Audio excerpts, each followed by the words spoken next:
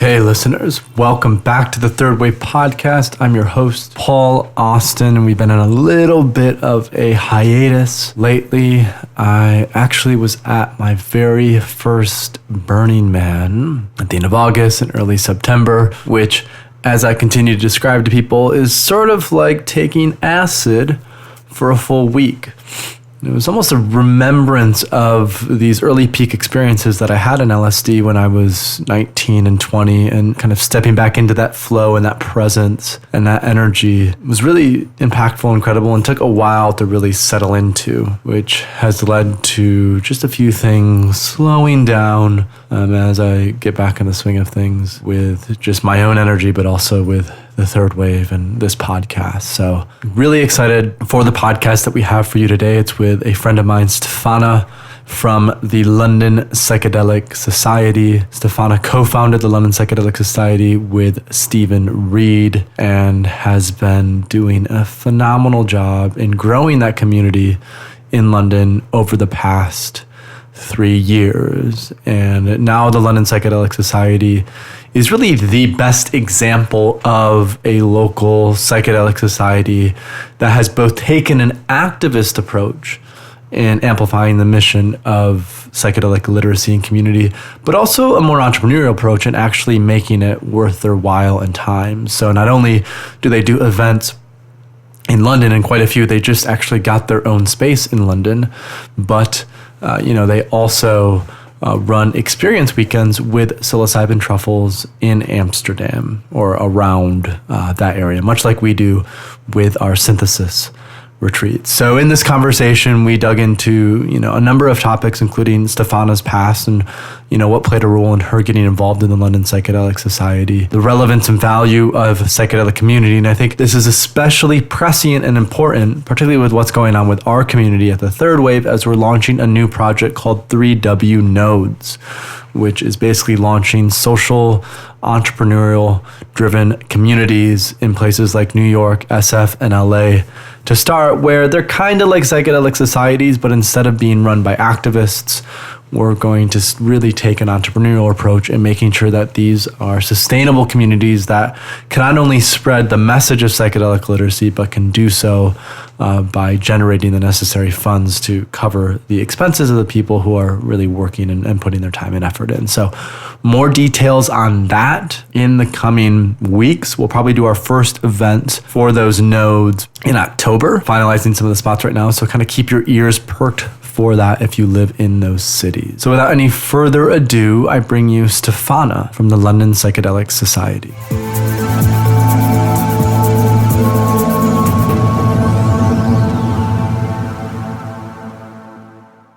What inspired you to start the London Psychedelic Society with Stephen? I didn't actually start the Psychedelic Society. My absolutely brilliant colleague Stephen started it about a year and a bit before I joined.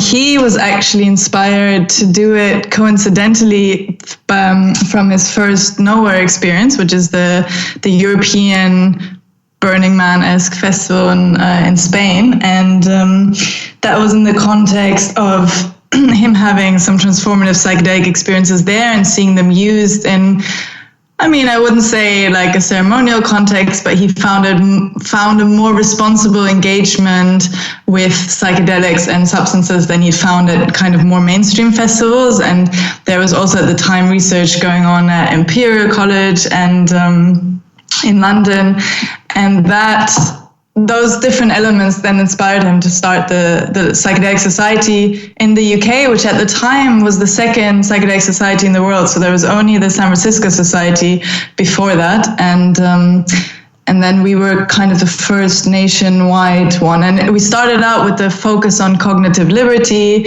and just the human rights angle of you should be able to use these substances and to alter your consciousness as you will, provided you're not harming anybody. And also with a focus on re-legalizing psilocybin. So that kind of was the first year of the focus of Psychedelic Society, which Steve did by himself, and he hosted a bunch of debates and put a lot of his own investment money to get it started, which I think was a unique advantage. And a real advantage was also the fact that there was research already happening in London. So the media were interested. There was a buzz happening. What year was this? Was this like 2012, 2013? Just to get a sense for when it really started to develop. He founded the Psychedelic Society in November 2014. Okay. So there was already some of the research had already come out, which kind of gave him the confidence to feel like, okay, this is a legitimate thing. So that he started November 2014, and then I got involved in February 2016. So just a little bit more than a year later. Mm. And what inspired your involvement? So my involvement, I mean, that's a bit of a longer story, but basically I came on the first psychedelic experience retreat that was basically at the events that the Psychedelic Society had been holding. People were increasingly coming, and they had read about it. They were coming to the events and learning more and meeting people and asking the question like, okay, so how can I have a psychedelic experience in a safe and legal way? And eventually Steve had the thought of like, well, there is actually a country not too far from us where you can do this legally. And so he had the idea for doing a retreat with psilocybin truffles.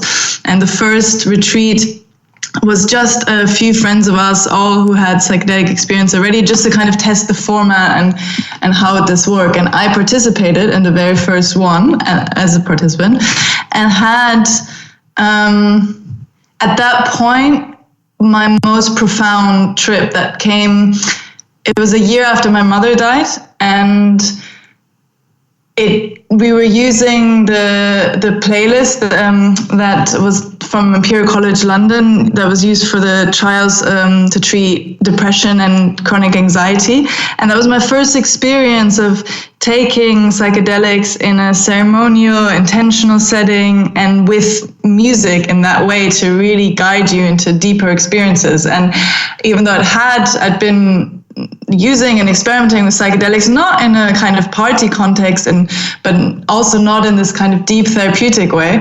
And that was my first encounter of that. And even though I'd been on a deep journey already of processing the grief of my mom's death, that trip I had shifted something really profound. It was like the final piece in a puzzle. Like I'd spent a year of doing different therapeutic work, but something was still out of alignment. And the way I describe it is that I felt like the rug had been pulled from underneath my feet, and I was just kind of thrown up into space, suspended, not really knowing where was up and where was down. And it wasn't like in a day-to-day context, I was perfectly fine. I was enjoying life, if anything, more appreciative of life. But there was this kind of backdrop of a big existential, what is going on? Like, where did my mother go? What is all of this? Why are we here? Like all these big questions I used to have as a kid, and then just kind of like put away because I couldn't figure them out. And then they really resurfaced when my mom died. And in that psilocybin journey,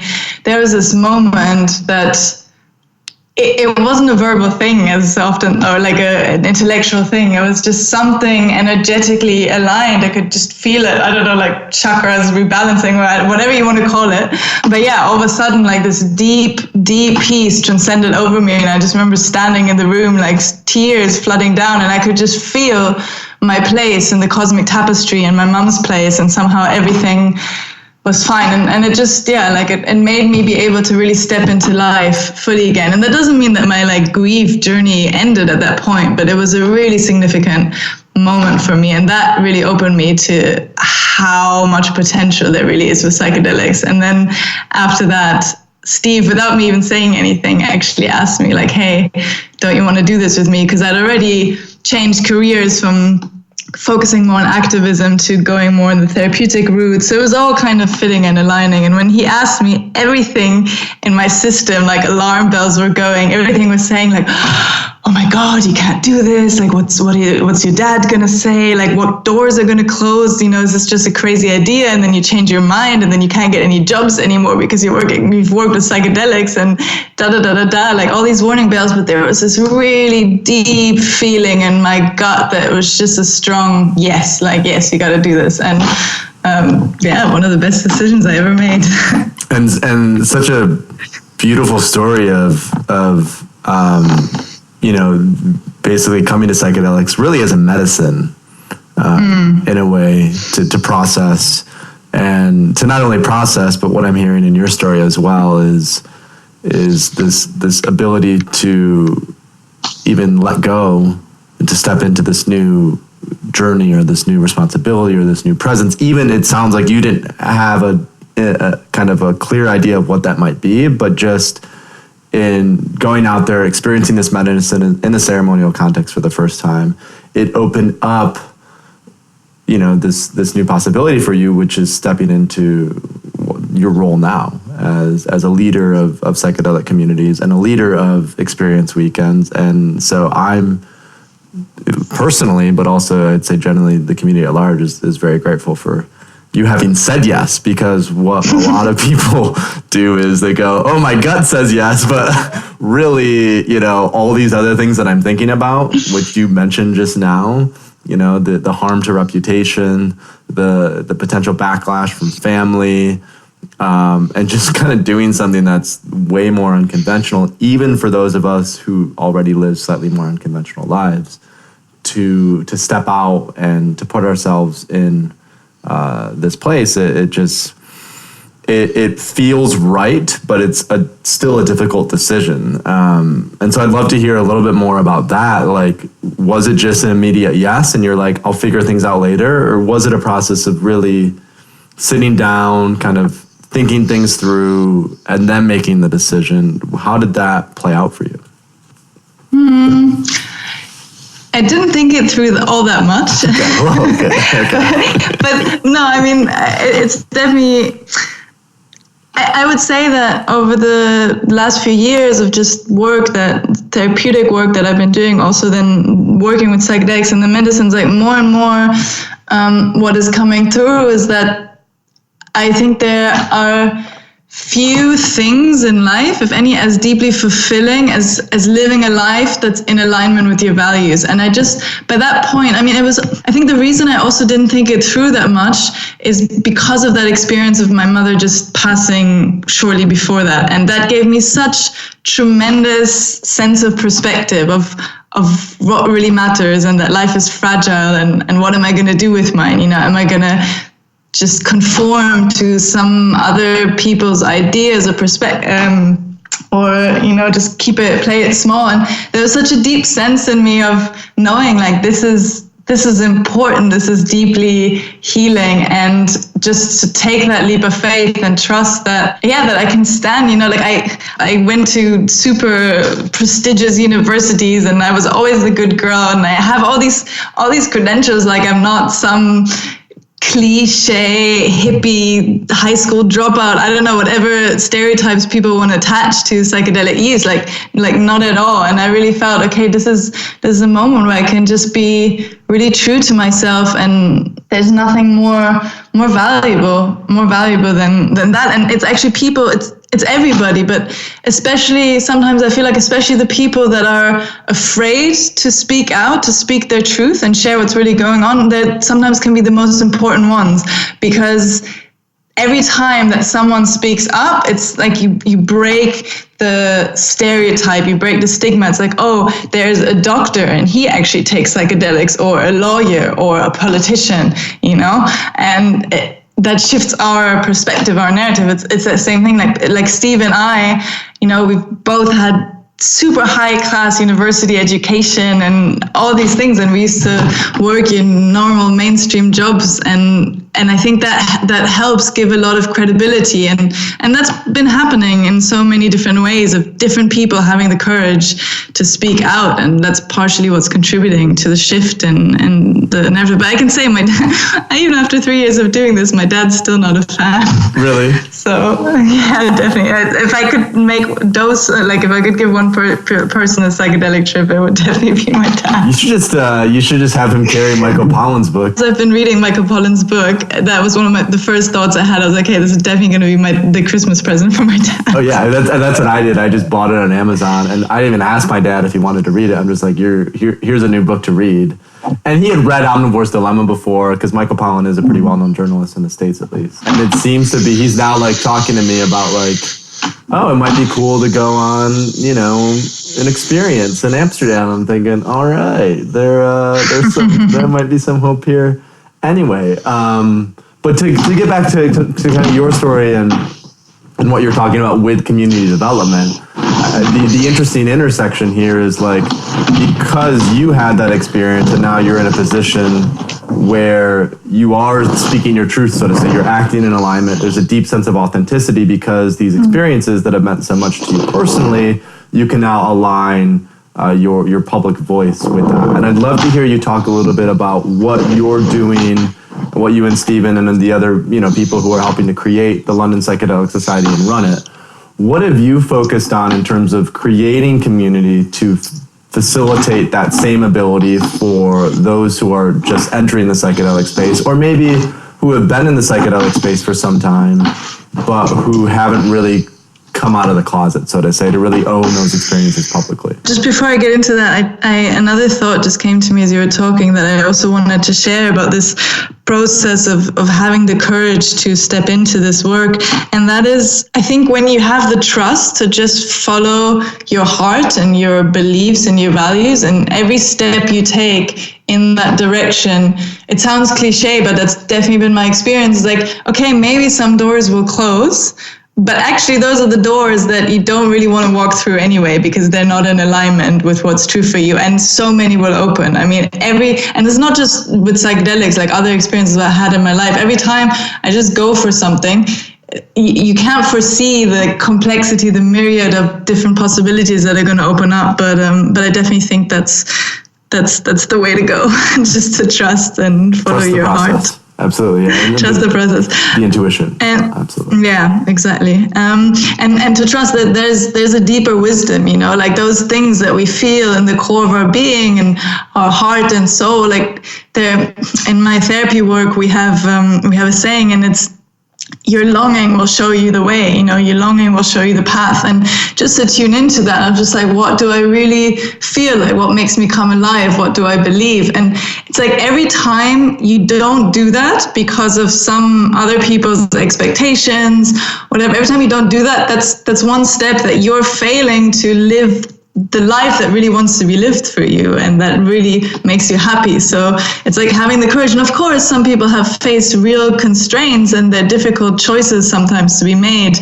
But at the end of the day, you're going to die. It's like you have this one life to live. Your question about psychedelic community and kind of empowering other people to do the same. I mean, I think that is one of the core reasons of existing for psychedelic societies, because since it is such has a somewhat negative perception still for many people, and it's coming out of the shadows, but for many people, if they have a psychedelic experience, they're curious, the chances are the people in their lives don't want to have anything to do with it or frown upon it. It's still frowned upon in many ways, and many people that come to our retreats experience this. So psychedelic communities psychedelic societies fill the space of just kind of creating a public space where people can come together and actually share about first of all, about their experiences. Like, community is an important integration aspect, when you've had these life-changing, absolutely ground-shifting experiences, and then no one in your community can't talk to anyone about that. No one can kind of uphold that for you. So it's really, really important. Like, when you think about indigenous communities in the Amazon or in Australia or different tribes that have used the kind of teacher plants, there wasn't such a need for integration. Like, it's not such a term because the whole community can uphold that because everyone knows and gets it. But here we don't have that same high level of awareness. So it's the psychedelic communities first and foremost, where you can meet people that can be like, like I have had that happen to me, or I get that, or at least they have the awareness to hold the presence for it. So there's that aspect of just like people coming together. And there's also, so many people come to our events that actually don't have any experience, but they have become curious. And so they come to events, they meet people who have experience. We host all sorts of different events. It can be debates about the potential legal regulation of psychedelics, or about more like philosophical, like non-dualism in psychedelics, or about growing mushrooms, about psychedelics and gender. We've had so many different kind of topics of discussion. Microdosing, you came to one of those and spoke, but also there's a fun aspect to it of just the other practices. So something that we really try to promote both in our retreats and also in the Psychedelic Society is that psychedelics are one tool among many other tools, and they're the most powerful in an immediate sense tool that I know for sure, but actually you need the other practices to integrate all of those insights, something I'm fond of saying is that, or the way I'm fond of looking at it, is that part of our malaise as in Western civilization is that we're disconnected from ourselves, we're disconnected from each other, and we're disconnected from nature and source, or the divine, or God, whatever name you want to give that which is the cause of everything, and that which we all deeply are. And all of those things have been severed, and that's why so many people are just deeply, deeply lost. We can't feel ourselves, we can't feel our bodies, we don't really know what's going on in our hearts. We're just in our minds thinking and achieving. And so there's that aspect which psychedelic use addresses, and you get this huge homecoming and realignment, and can really actually, it's like a spiritual reset, and you feel, okay, whoa, this is where I am, this is actually how I'm doing, and this is what's happening in my life. And then there's this big aspect where actually so many of our problems and our pains and hurts have to do with our relating to other people, that we live our lives, we have these masks that we bring to work, we have these masks that we bring into our relationships and friends, and no one's being real, no one's being vulnerable, no one's being authentic. So there's that aspect. And then the deeper sense of actually, who am I really? So there's all these aspects, and psychedelics are so amazing because they, depending on where you're at and what's coming up, but they can really point to all of those. But then it's like, okay, what do I do with that? What do I do with those insights? I wish it was as easy, or actually, I don't know if I wish it, but because part of the fun is actually the journey and the growth and the adventure. But basically it's like, you have to put those into practice. So part of what we do as a psychedelic society is we then try to weave in all the other tools and practices to help that. So on our retreats, we do authentic relating work and inquiry work and work in kind of group psychotherapeutic process. And we have body work and breath work and dance, and we offer those events also in London and in Bristol, and it's like there's no right way, like Rumi says, there's hundreds of ways to kneel and kiss the ground and let the beauty you love be what you do. It's just about finding what works for you. There's not like we're living this amazing time where actually we have access to so many different modalities and tools. And and I think it's not about trying all of them and then not going deep with any, but it's about finding a couple that really work for you. Because I'd love to hear about, what works for you when you're looking at integration, when you're looking at, going beyond just working with psychedelics as medicines and tools. What are some of the modalities that you like to use in your own process of, healing and connecting? Are there any specific, few that you rely on, or does it depend on, what's happening in your life at the time? I can say for me, as I started going deeper into the psychedelic path, at the same time, I started a training, or already a little bit before, in a holistic psychotherapy training, and that I wouldn't be able to say which has been more useful, psychedelics or the psychotherapeutic work, because they both have massively transformed my life, and actually they go hand in hand. So in my psychedelic journeys and ceremonies have become much deeper and richer as I've deepened my understanding of what's going on in my life through the therapy work. And likewise, sometimes something that I've learned about in the therapy training or that I've been working with or explored suddenly gets illuminated in the ceremony and all just makes sense and opens further doors. So they've really been very complementary for me. And so yeah, that's a constant practice of mine, just inquiry, just this practice of inquiring into what's really true, and also engaging with shadow work. So for me, I mean, psychedelics do many things, but for me, especially since I've started to work in the shamanic traditions, starting with ayahuasca ceremonies and San Pedro, something that is increasingly coming out has to do with integrity and with really what are my values, what do I believe, what's in my heart, and where am I going away from that. And in the kind of psychotherapeutic shadow work, that's also just to see, inquire, what is really going on, what is underneath, why am I doing that, and not to hold it, in psychedelics, something people experience so often is this tremendous amount of compassion for yourself and self-love. So in the psychotherapeutic work, I've also gone to those different points where it's not about, shadow work is not to, what happens, the reason why things go into the shadow is because you don't want them. You think there's parts of you, because of what you learn from society and your parents and all that conditioning, is that you're this is not good. It's not good to be vulnerable. It's not good to be greedy. It's not good to be selfish. And so we push all those things away and we don't want to see them. But they're still there. And doing shadow work for me and has been very much about facing myself. And just like in ceremonies, you sometimes face a lot of stuff, and it can be intensely uncomfortable. By definition, you don't want to look there, you really don't. And but then through doing that, through inquiring, okay, why am I like this? Why am I acting in this way?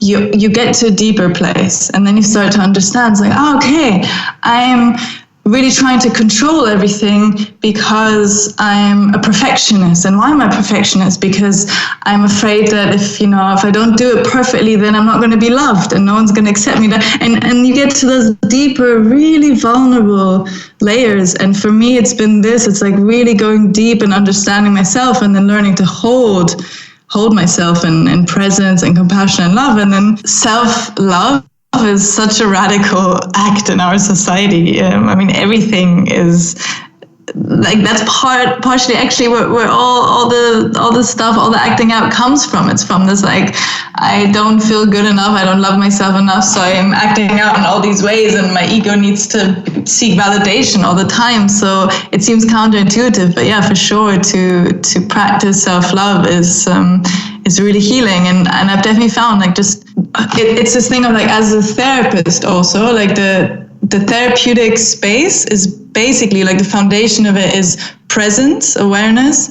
and unconditional love, unconditional positive regard. And there's been studies done comparing, contrasting different approaches, whether it's Freudian or humanistic or Jain, whatever, all the different variants of psychotherapy that there are. And it was found that more than the school of psychotherapy, it's the attitude, the basic approach of the therapist in this way of just how compassionate and how present is he with his client. And I think that, whether it's a therapist or whether you do that for yourself, like that's kind of the foundation for healing. And it's just holding yourself with a lot of love, and that's also like in the retreats, like that's the foundation. And anyone will tell you that at, you know, John Hopkins or Imperial, like in a psychedelic journey, like you support first and foremost just with love. And there's another part of this, you know, what you're sharing with your team and the process, something I've really found, and that we're really inspired by. I don't know if you've explored this, but there's a whole strand now of kind of organizational development, like just like there's been integral theory by Ken Wilber, which is about the stages of human development. There was this book written called Reinventing Organizations, and it's kind of trying to map like how does the structure and the practices of organizations, how do we map that to levels of human consciousness? And it's super fascinating. Like we're really just in this exploration as an organization ourselves, and they call teal consciousness is their name for, they give it different colors, and teal is kind of that like next step of human consciousness and how organizations could be, that comes very much from a place of, you know, overcoming separation and interconnectedness and acting from a place of trust rather than fear. And how can we bring our whole selves? They talk a lot about wholeness, and something I've definitely discovered in these conflicts with colleagues is such a different, I have such a different response, or it's such a different conversation.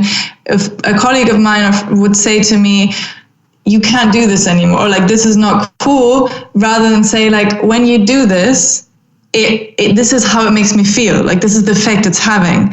And I mean, that's also a bit like nonviolent communication and these tools, but it makes such a difference. It makes such a difference, like to see the impacts that your actions have. Believe, and I can say that I personally, and as the Psychedelic Society, we definitely believe that like how you do things matters. It's not just about like what's the end goal, but like the process, because it's by the process. Like you have to be the change also. Like you have to do the work yourself. You can't just be like, oh, I'm just gonna not do it right now, because then like in future it's gonna be better if I don't do it now. It's like, no, it's like by going the way that you change the whole picture. That's what I believe anyway. We talked a little bit about team dynamics for the London Psychedelic Society, but how does that play out in setting up your own business processes and systems for like the retreats that you do in Amsterdam and for the events that you do? Like, what for you are priorities in offering these, we could say, services? Is it accessibility? Is it transformative life experience? What motivates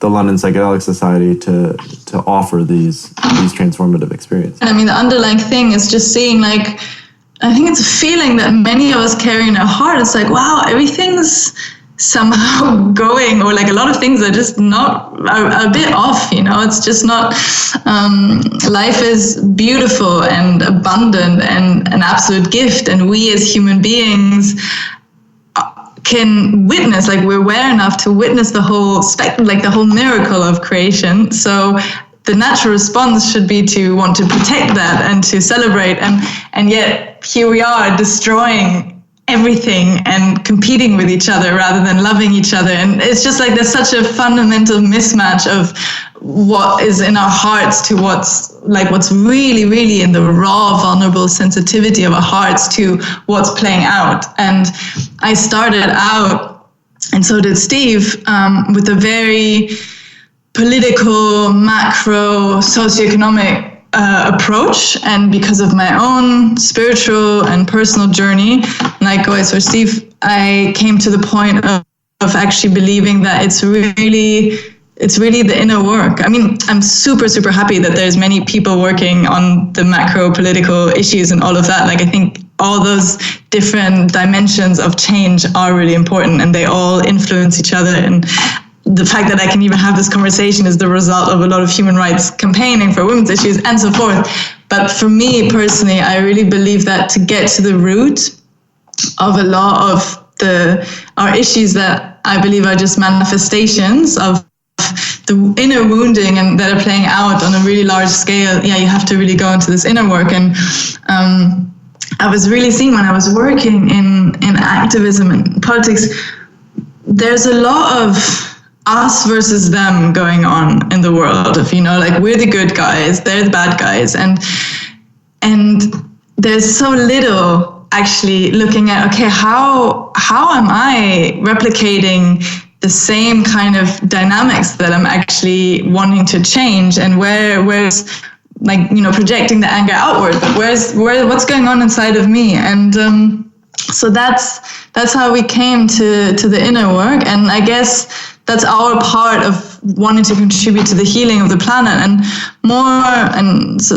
like, human civilization, but more specifically, like for the retreats. I mean, what has been a real aim of ours, and I'm really happy to say that we're very successful in it, is that it's incredibly accessible to a wide spectrum of people. So we've done a lot of work on, I guess we try to de-cliche psychedelic use. It's like not super overtly hippie. If I compare it to some like shamanic medicine circles that I participate in, it's not like that. Like it's not as clinical and sterile as the approach you'd find in like a clinical psychedelic psychotherapy setting at the trials at Imperial College.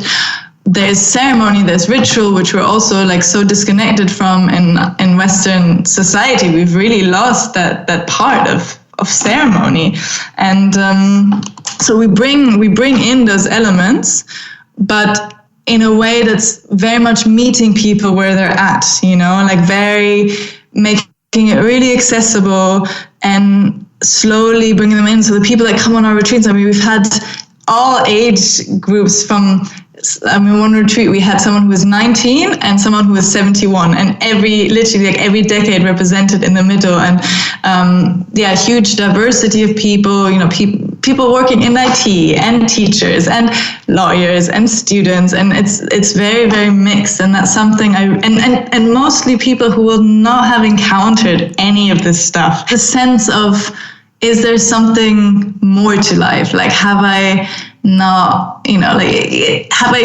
I going to die and I missed out on something? And we see this as well with the retreats that we've been hosting, the transformation from day one, where at least for us, we have initial kind of one-on-one conversations with a few people, to day 3 in the closing circle where we talk about integration. It's really incredible. People are finally, many people, or at least, what I've noticed, are coming to this basically to get out of their heads. At least this is true for a lot of the men who come, and get back into their body and get back in touch with themselves. And I'd love to hear, a little bit from you in that, like, what transformations do you see? What are the experiences that people have when they come to these experience weekends, from the first day to the last day? What are some of those common themes that you see playing out? Very, very similar to some of the stuff you just touched on. And also, as you were sharing about, holding space, what came up for me, I think the beautifully ironic, cosmic joke is that when we get into our vulnerability, when we really just show how we are, that's what breeds connection, and that's what makes people love us. And it's this irony, because we think, if we're vulnerable, we're weak. If we're vulnerable, we're weak. And people are going to think, we're pathetic, and we have to try and pretend to be all of these things rather than be how we really are. And it's this amazingly ironic thing that we have to actually relearn how to just be ourselves. And that's something that I think becomes very apparent, and what's so healing in these sharing circles or different authentic relating inquiries and games, that what comes out is that shared humanity. It's that you see yourself in everybody else's sharing, and whenever someone else becomes vulnerable, it's like they give permission to the next person to be vulnerable, and the space deepens, and it's so touching and healing. Just that, just people taking off their masks and being real. And I've been doing this work for a good number of years now, and it never ceases to amaze me how when someone shows exactly the thing that they think is going to make people not like them, that's the thing that actually creates connection. It's amazing how in such a short space of time, so our retreats used to be 3 days and now they're 4 days because we spend a whole day doing integration work. And actually we have even the next retreat coming out where we're going to do 5 days and do a whole day also of preparation. But even when they were just 3 days in such a short space of time, at the end of the closing circle, people feel so much love and connection to everybody else, and it's genuine, you know, like you really have these strong bonds, and in such a short space of time you can go so deep with each other and feel so connected to people who 2 days prior were complete strangers. Like they might have seen more of you, and you might have seen more of them and shared more with them than with your closest friends or your family. So there's a beautiful just general opening, and people discover a new way to be and a new way to relate to themselves, to their own emotions. There's a beautiful like opening and sensitivity that happens, and then from that space afterwards, that it's so precious, the space immediately afterwards and day afterwards, because then people are so open, you can really work with, you know, how do we integrate that way of relating. But likewise, what you were saying about the body, you know, we do different embodiment practices, and for many people in our society, we all live in our heads. That's so alien, like we're so disconnected from our body, and part of the fun and the joys that we have, we do body work and some dancing, some singing, depending on which facilitators, which retreat, but finding a way to make it accessible and to give people permission. And when I can say myself, like my whole life, I was not, you know, I never sang, because when I was a kid, my brother always told me I couldn't sing, and I just, you know, zipped up and I never sang. And it's been such a deep healing journey to go on that exploration and to start singing. And so to really create a space where everyone's invited to just sing, even it's something basic. We sing a song in a group, and to tell people, like, it doesn't matter if you hit the wrong note, like you can't do anything wrong. And because singing and dancing are actually two things that are so integral to the human spirit, you know, like human societies and cultures have been doing that since forever. And here in the West, we just totally cut off from it. You asked me earlier about what the different integrative practices are. And I mean, dancing for me is a huge one, but also something that recently has become a big part of my practice is prayer. And that was introduced to me through the shamanic work. Like in all the shamanic ceremonies that I've participated in, prayer is a huge part. And I was so disconnected from what prayer is for and what prayer is about. You know, I was brought up somewhat Christian, but that never really touched me when I was a kid, and I very quickly kind of dismissed it all.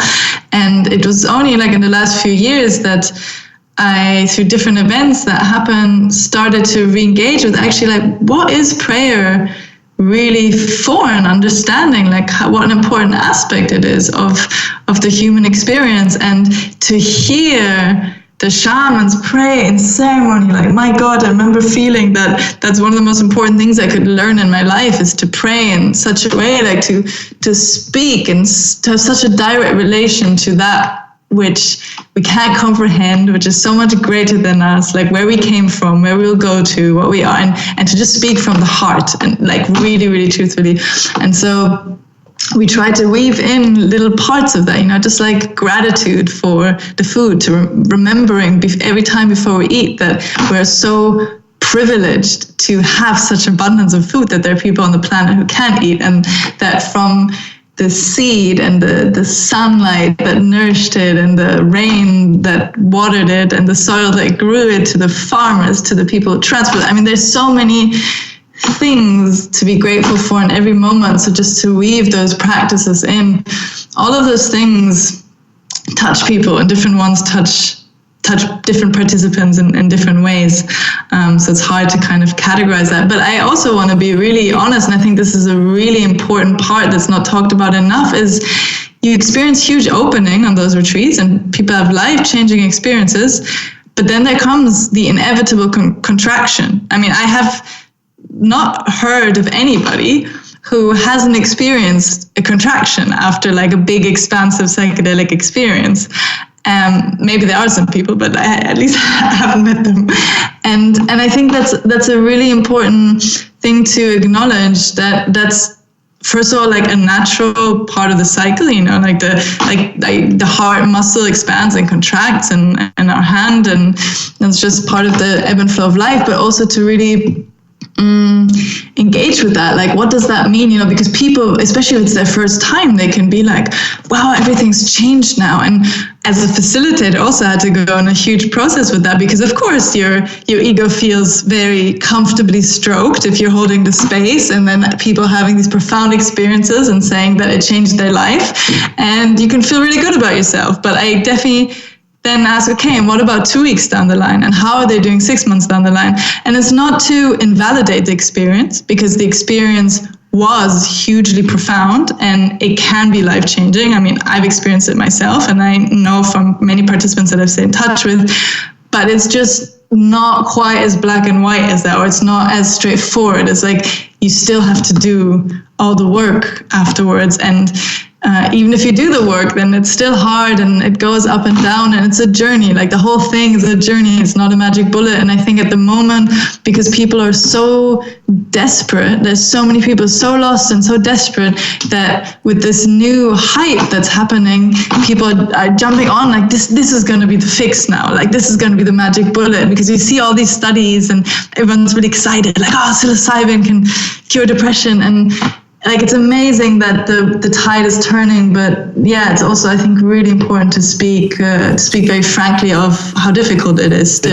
It's still a lot of work after we have that opening, and I'm glad you're emphasizing this. In other words, a lot of people who are approaching this, what I'm hearing from you, are still operating within that same paradigm of the medicine will do the work for me, or the pill will fix me, or whatever else it might be, where there's still this sense of we're giving up our agency and power to this external thing.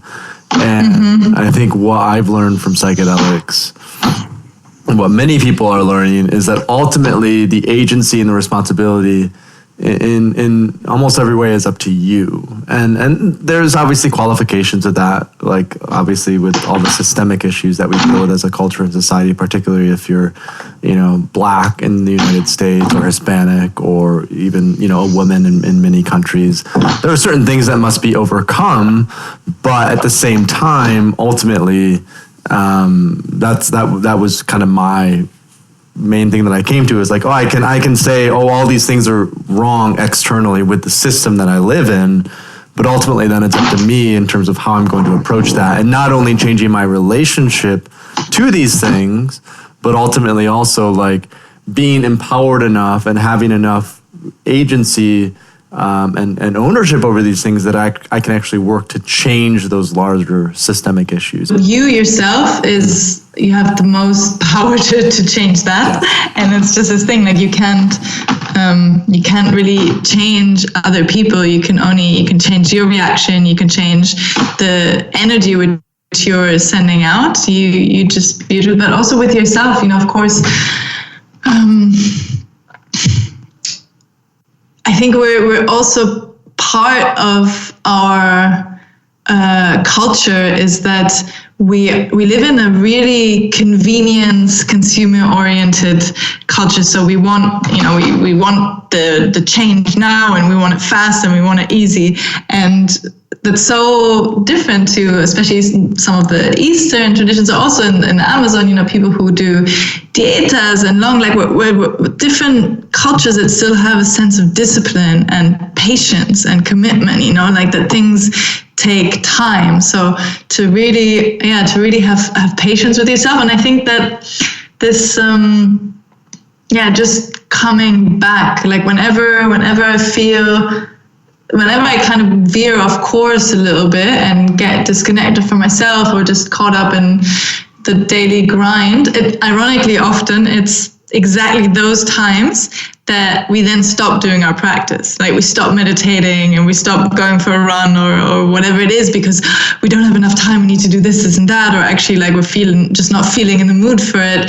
And that's of course, those are exactly the moments that you need it the most, that your practice is the most important. So just remembering, like cultivating that remembrance and coming back to it and having that trust. And then also, there's this big question, like Alan Watts, famously said, if you get the message, hang up the phone. And I get asked this question a lot, like, well, what is this thing of like, should you use psychedelics more frequently? Like, how much is too much? And all these things. And I can say for me personally, they're just this deep cleanse and realignment. And sometimes they can just really put things back into perspective or help you like go a bit more deep into certain issues. And there's so much deconditioning to do. And I found in myself that the more I do this work with the psychedelic medicines, with other practices, then you start to refine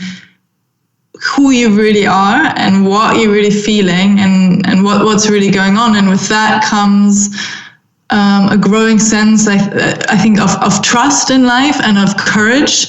And with that, I think then will come like to really know what is your gift to bring, like what are you here to do in the world.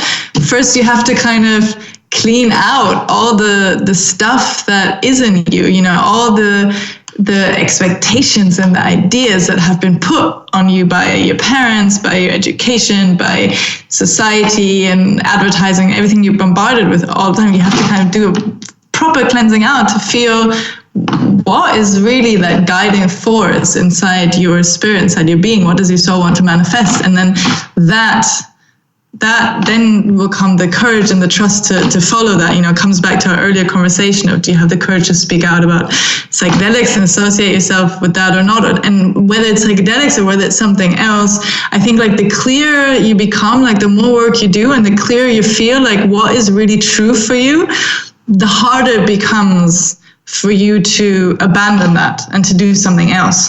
And the reason why so many people aren't doing that is because our whole culture is focused on numbing out and distracting. So, we're doing things that aren't true to what our soul really wants to manifest. And then we drink and watch TV and are on Instagram and all of these things that just constantly taking us away from feeling. And I think to add to that, just quick, I think smoking cannabis as well. I've seen this as a lot of people are just smoking cannabis as a replacement for alcohol, but it's still acting as this distraction or this way to numb. So that's also something, just wanted to add that, because I think everything with legalization is great, but there's also these things to continue to be mindful of in terms of our relationship with substances. Yeah, totally. And even with the more powerful psychedelics, like I've certainly, I think it's a little bit harder, but definitely not impossible. Like I've certainly met people who, have participated in like 80 ayahuasca ceremonies, and you meet them and you feel a bit like, and maybe you should be drinking a little less ayahuasca, yeah. Because even though it's not this. It's not your obvious high in a way that, I don't know, taking a line of coke is because you can really face your demons, and it can be really, really brutal and rough. There is nonetheless like a high that also comes from ayahuasca and LSD and all the psychedelics, and people can also become really attached to that and to to the kind of ceremony and the context of it, and just keep chasing that. Try to just like live in that bubble rather than taking it and reintegrating it. And I don't, that there's not a set, like I'm not saying like, drinking ayahuasca 80 times is a bad thing. Like I also know people who've drunk a lot of ayahuasca and they are phenomenal human beings full of integrity and love and like really living it, and that's just their path. I'm just saying, I think basically the human mind can abuse and distract with everything. Like it's how to use it. So it's just to be really mindful and aware of the power of all of those things constantly, and to use it with intention and to check in with yourself. Yeah, this metaphor. There's a metaphor that continues to pop in mind because I've been having this conversation with many people lately. It's and we like to say, people are maybe visiting the dentist a little too often. And the reason we say that is usually you just go to the dentist every 6 months and you get a nice clean. And that's kind of the metaphor for a high-dose psychedelic experience. Like you were saying, it's a deep cleanse of the self from a hygienic perspective. Whereas, things like yoga, meditation, even, sauna, breath work, microdosing could fall into this as well. That's more like your constant practice of brushing your teeth and flossing every day. And that balance then of doing the little things consistently, but still remaining in the here and now, in this reality, grounded enough to make impactful change. It's important, I think, to find that balance where you still might go, and do a high dose experience every maybe 3 to 4 to 6 months.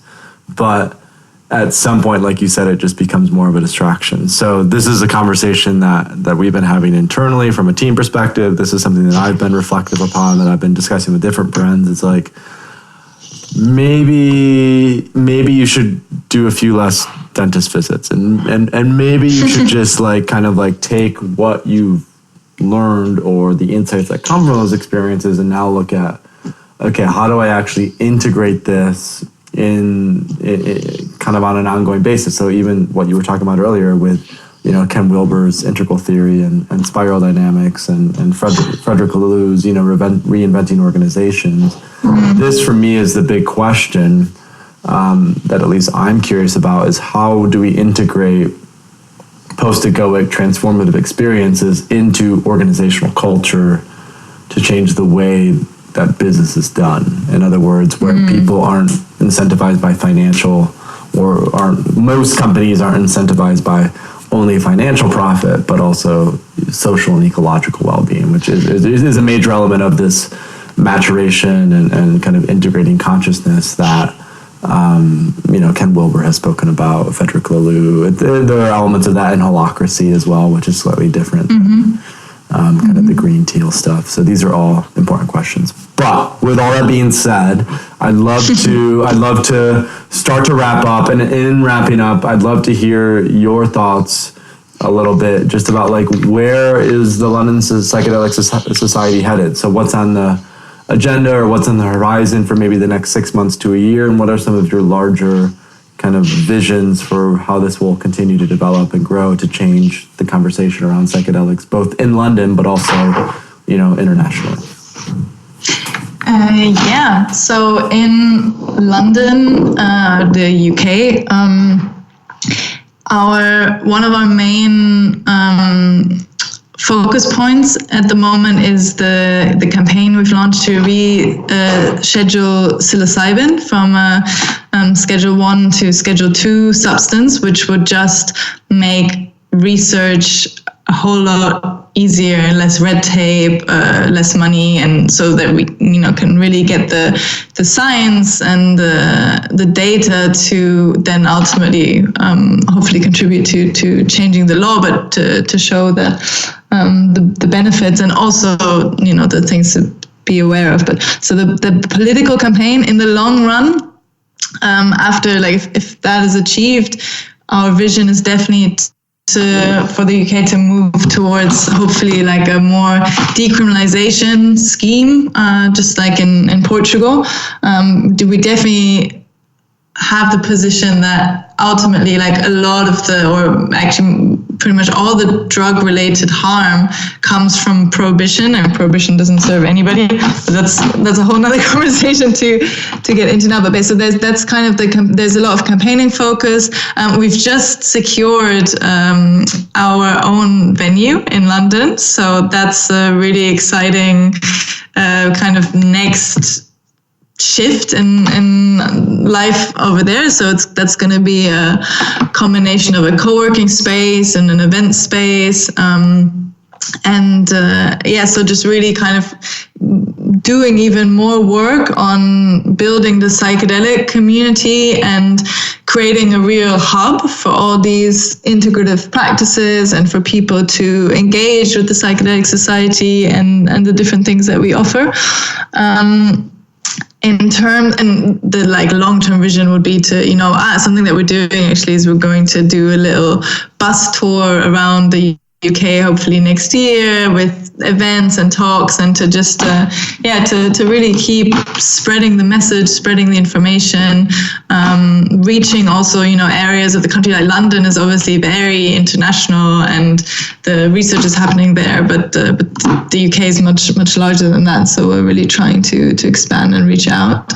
But on the retreat front, so we are going to continue the work we're already doing for sure, but the vision that we definitely have is to really deepen both the preparation and the integration work. So envisioning setting up a more long-term preparation integration package that will support people a few weeks, possibly even months before the experience, as well as afterwards, so you can really go deep into that journey. Also to have longer retreats and more different themed ones. So we have also women's retreats at the moment. Next year we're most likely going to have some men's retreats. We're in the plans right now for rites of passage for young adults, and I think that's just such another really important piece, because one of the tragic things is that we don't have real initiation rites into adulthood, and obviously psychedelics are such a rite of passage in their own right, so they very much go together. So that's something we're working on. And women's men's retreats, also retreats for the kind of queer and transgender community, and as well as different focused ones that have more to do with permaculture and nature connection, maybe some more orientated around grief work or end of life stages, like just different aspects of exploring, maybe more experience, psychonaut weekends. There's lots of possibility and scope, and the real dream is definitely to have our own venue. I mean, we're at a point of basically running around 3 retreats a month. So it's just, we're just really getting to the point where it's like, okay, let's somehow put a business plan together to get our own venue and make it really beautiful, really make it our own, also energetically to create a space that holds. I mean, when you have different groups coming in and out, it changes the thing. But if you can really, if you're doing a certain work there, you can connect with the land, you can set your intentions for the space. Everything that happens in the space is energetically contained within that, and also we can just, make it really beautiful. So those are some of the thoughts going forward. I wanted to express my appreciation and gratitude, because you are, both you and Stephen have done incredible work in raising awareness and in building community and facilitating these experiences for people. I really believe that given the state, like the mess that we are in as a civilization, and it takes this work. It demands of everyone to go this deep into themselves. And so in that sense, I think then it's like such an incredible honor to be able to support that and to support these journeys. And every single person counts, every single person shifts the whole picture one by one. One by one.